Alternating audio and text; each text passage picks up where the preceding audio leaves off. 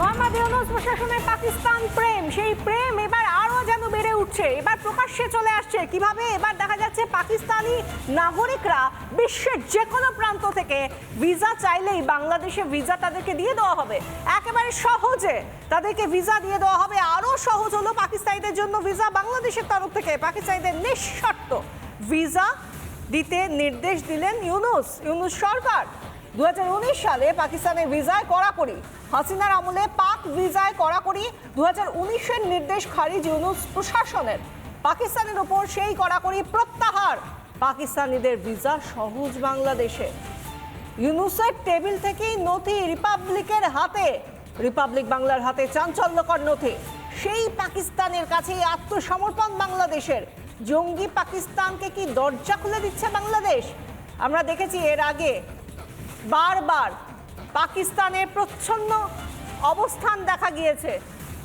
2019-এ যখন কড়াকড়ি করা হয়েছিল হাসিনা সরকারের তরফ থেকে পাকিস্তানকে বা পাকিস্তানি নাগরিকদের ভিসা দেওয়ার ক্ষেত্রে বাংলাদেশে, সেক্ষেত্রে সেই বাদিকে সেই ছবিটা দেখতে পাচ্ছেন 2019-এ আর 2024-এ, যেখানে আমরা দেখতে পাচ্ছি যে ইউনূস সরকার, তারা নাকি অগ্রগতির সরকার, উন্নয়নের সরকার,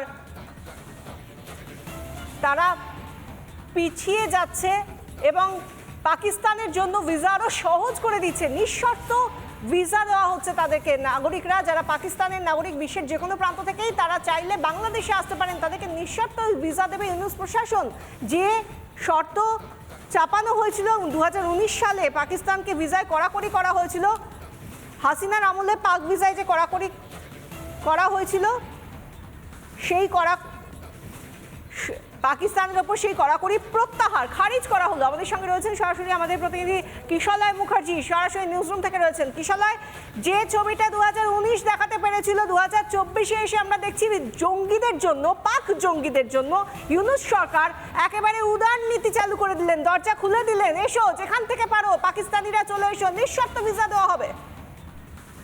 একেবারে এই মুহূর্তে সেই ছবি দুটো কম্প্যারিজন আমরা করছি, সকাল থেকে দেখাচ্ছি, আবার দেখাবো। ওয়ার্ল্ড এক্সক্লুসিভ ছবি, ইউনূসের টেবিল থেকে তুলে আনা নথি। ইউনূসও হয়তো ভাবছেন এখন, এবং তার কট্টরপন্থী সমস্ত নেতা সাগরেদরা হয়তো ভাবছেন কোথা থেকে রিপাবলিক পাচ্ছে এই সমস্ত নথি।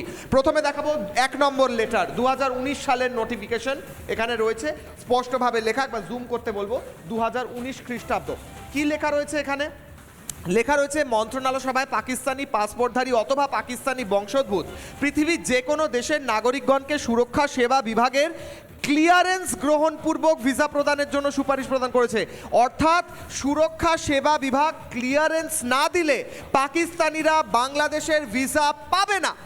হাসিনা সরকারের 1 নম্বর দেওয়া, আমাদের যে 1 নম্বর নোটিফিকেশন, হাসিনা সরকারের নোটিফিকেশন, সেখানে স্পষ্ট রয়েছে 2019 সালে ক্লিয়ারেন্স না হলে কোনোভাবেই পাকিস্তানি বিভিন্ন যারা নাগরিক বিভিন্ন দেশে থাকেন, কট্টরপন্থী জঙ্গিরাও তার মধ্যে রয়েছেন, তারা কোনোভাবে ক্লিয়ারেন্স না পেলে ভিসা পাবে না। 2019। এবার টাইম ট্রাভেল, এবার আমরা আসি 2024-এ। দ্রুত 2019, 20, 21, 22, 23, 24 সেই সকল বিপ্লব হলো, এবং বিপ্লবের ফলে ইউনূস হয়ে গেলেন প্রধান উপদেষ্টা, এবং তার কট্টরপন্থীরা গোটা বাংলাদেশের দখল নিল।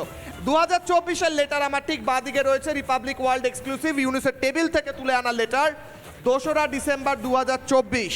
এইটার পুরো উল্টো, যা আমরা দেখালাম তার পুরো উল্টো বক্তব্য এই লেটারে।